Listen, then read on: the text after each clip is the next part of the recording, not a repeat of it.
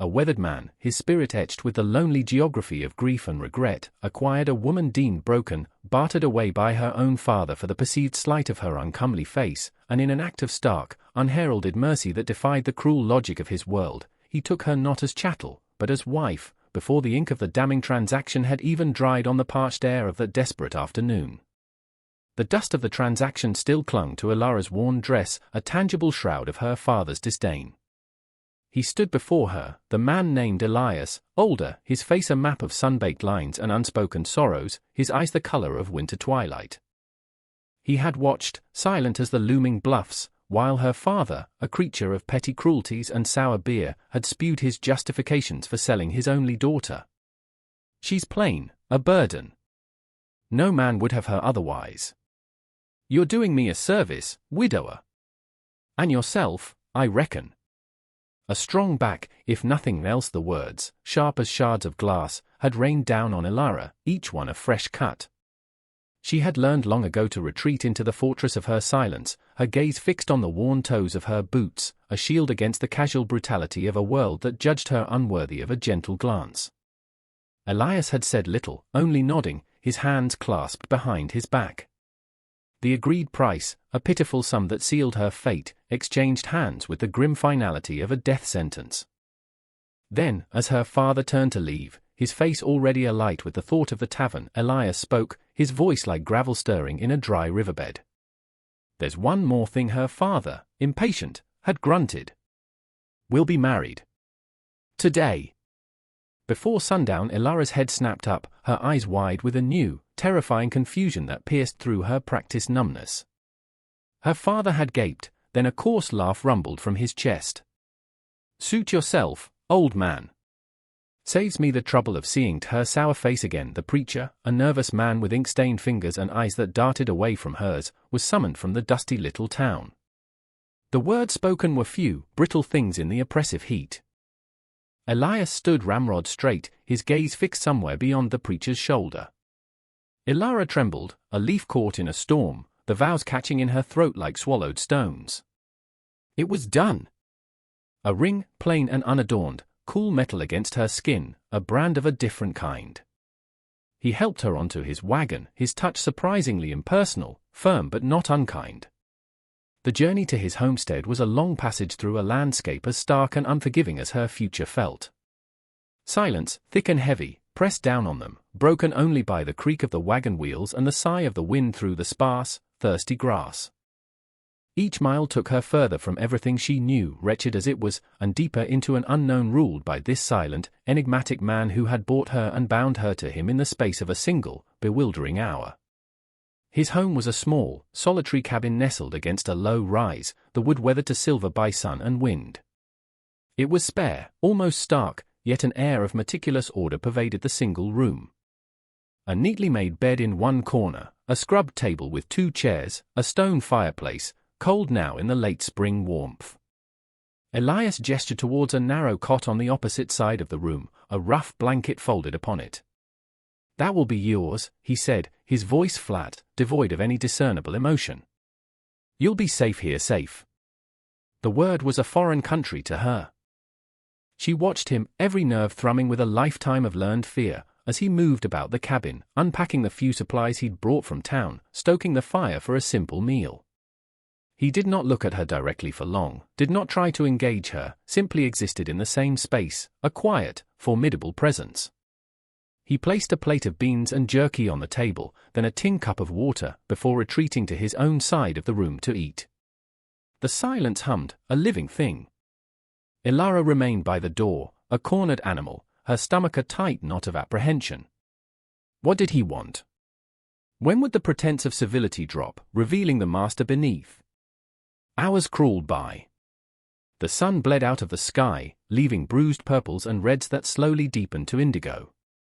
Elias lit a single lamp, its flickering glow casting long, dancing shadows that seemed to mock her unease.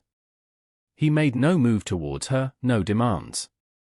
He simply sat, mending a piece of tack, the rhythmic pull of needle and thread a strangely soothing sound in the immense quiet. Eventually, exhaustion warred with fear, and fear, for the moment, blinked. She crept to the cot, her movement stiff, and lay down, pulling the rough blanket up to her chin, her back to the room, to him. Sleep was a distant shore, but the sheer weight of the day pressed her down into a shallow, restless doze. Dawn came grey and cold. He was already up, the scent of wood smoke and bitter coffee filling the small space. A plate with a piece of dried bread was on the table, near her side. He was outside, chopping wood, the rhythmic thud a steady heartbeat in the vast emptiness. She ate, slowly, her eyes darting to the open doorway. He did not come in. He did not call for her. He simply worked. Days bled into a week, each one a repetition of the last. He spoke little, offering only necessary information, there's water in the barrel, or I'll be checking the fence line. He left food for her. He did not touch her. He did not raise his voice. He asked nothing of her. Her fear began to fray at the edges, replaced by a profound, aching confusion. This was not the cruelty she knew. This was nothing. An absence of threat that was almost more unnerving. She found herself watching him, the way his hands, gnarled but capable, handled his tools, the straightness of his back as he walked, the way his eyes would scan the horizon as if searching for something lost long ago. The shame of her father's words, ugly, burden, still echoed in the silent chambers of her heart, but here, in this quiet cabin, with this silent man, the words seemed to lose some of their venom.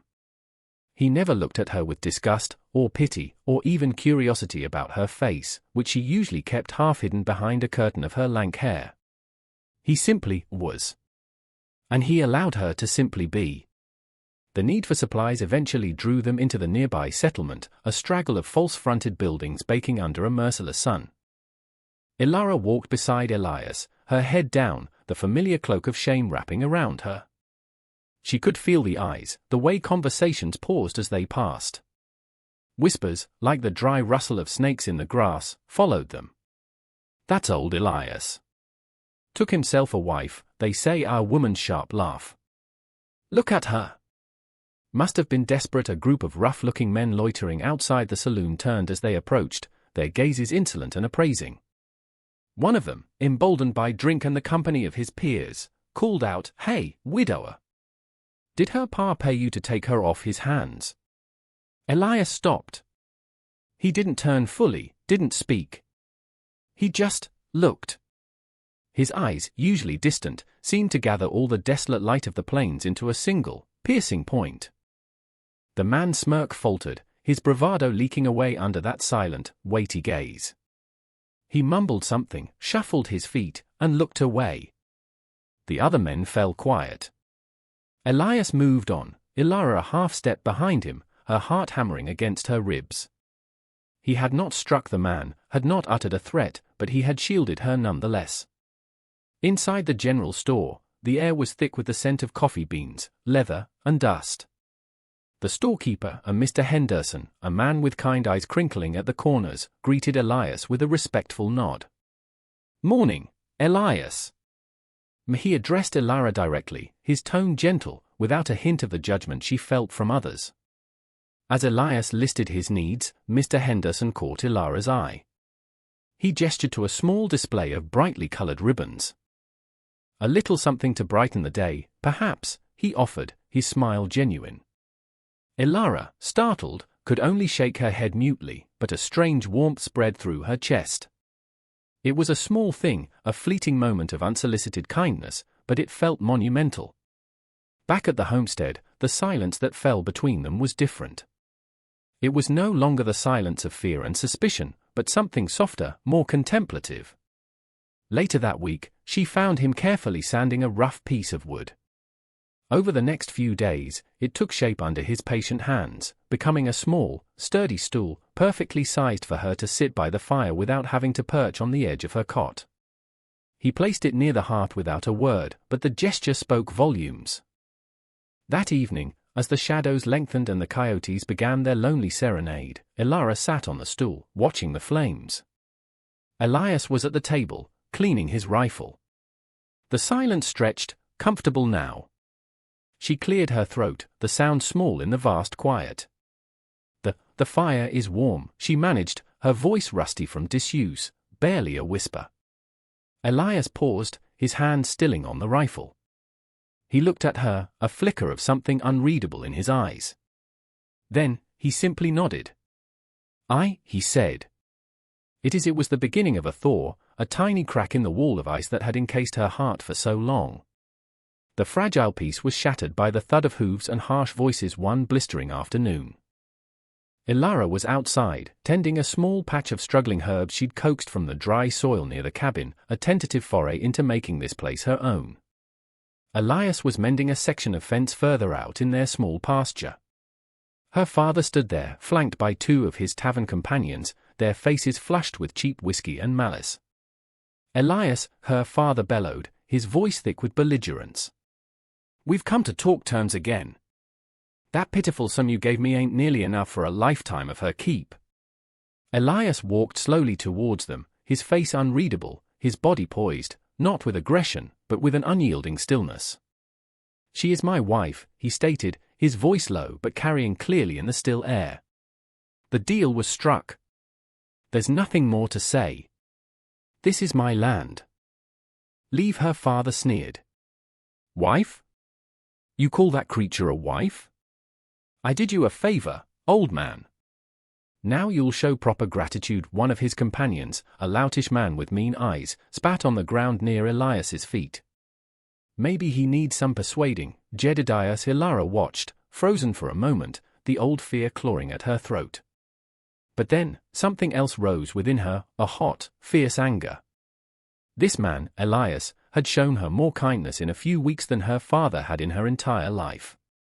He had treated her with a quiet respect she'd never known. He had sheltered her. As her father's crony took a menacing step forward, Ilara moved. She didn't think, she acted. She stepped out from behind the corner of the cabin, her small herb trowel still clutched in her hand. "Leave him be." Her voice, though trembling, was surprisingly firm. "He's a good man." "You have no right here." Her father stared at her, momentarily stunned by her defiance. Then his face contorted in a sneer. "Well, listen to that." The ugly duckling found her quack. He lunged, not for Elias, but for her, intending to grab her, to drag her, to humiliate her. Elias moved with a speed that belied his age, intercepting her father, shoving him back. "Touch her, and you'll answer to me." The confrontation exploded. The two companions moved to flank Elias. He met them, his fists surprisingly hard, his movements economical and effective. Ilara, her fear now eclipsed by a desperate courage, saw one of the men reaching for a heavy piece of wood. "Elias! Behind you!" she cried. He half turned, deflecting the blow, but it cost him. The other man landed a punch to his side. As Elias stumbled, Ilara didn't hesitate. She swung the small, sharp trowel with all her might, striking the arm of the man who held the makeshift club. He howled in pain and surprise, dropping the wood. The distraction was enough.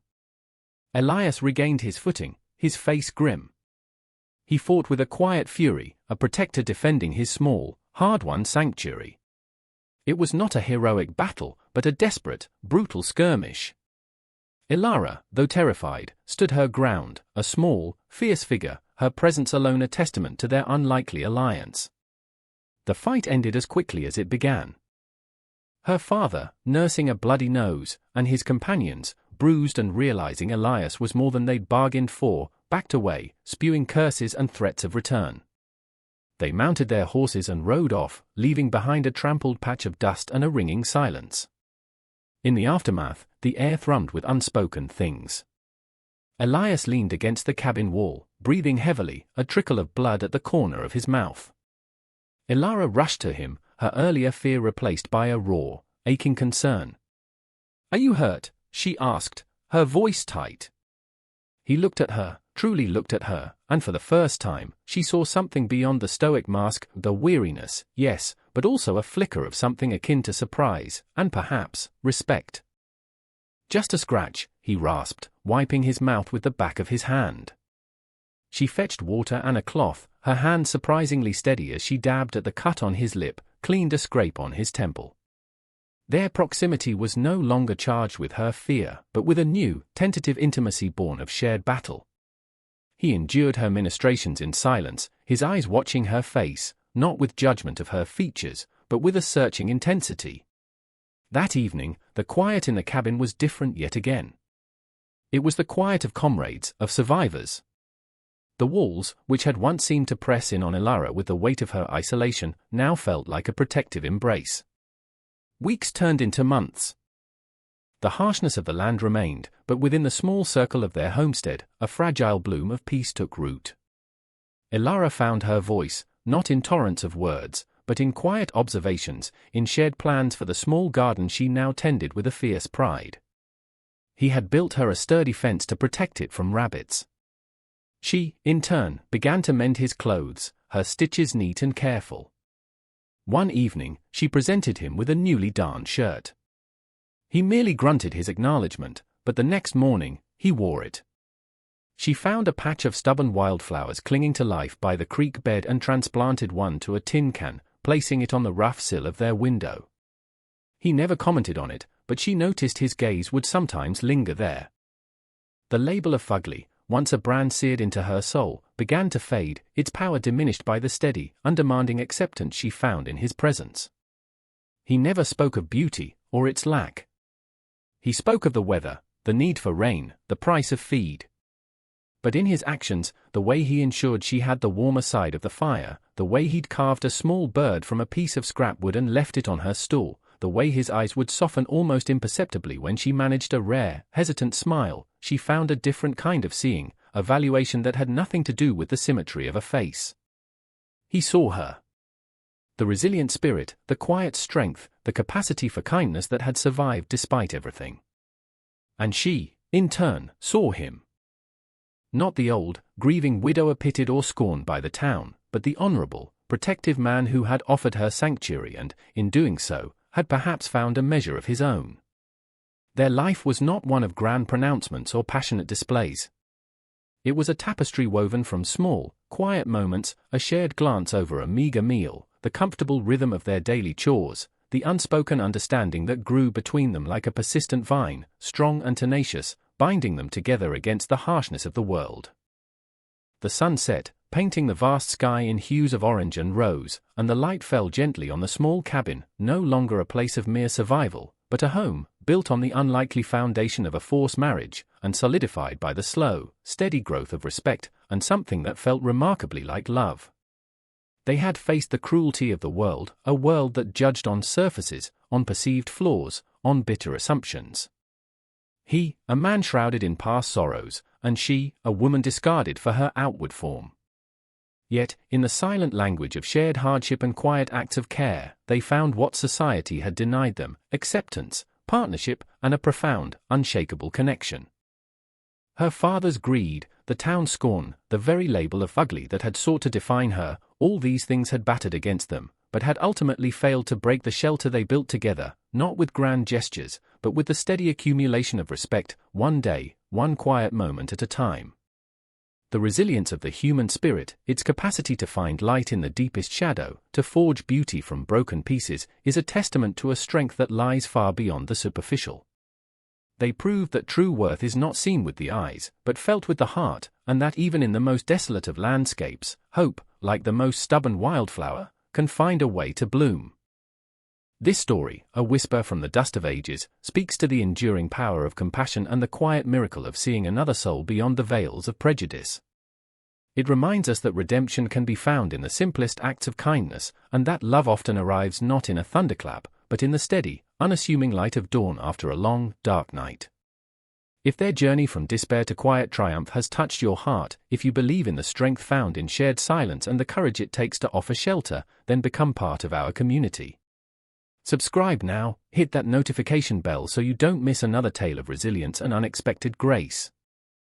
Join our campfire, share your thoughts in the comments below, and let us continue to explore the depths of the human heart together. Your support allows us to keep these stories alive. Thank you for watching, and may you always find the courage to look deeper.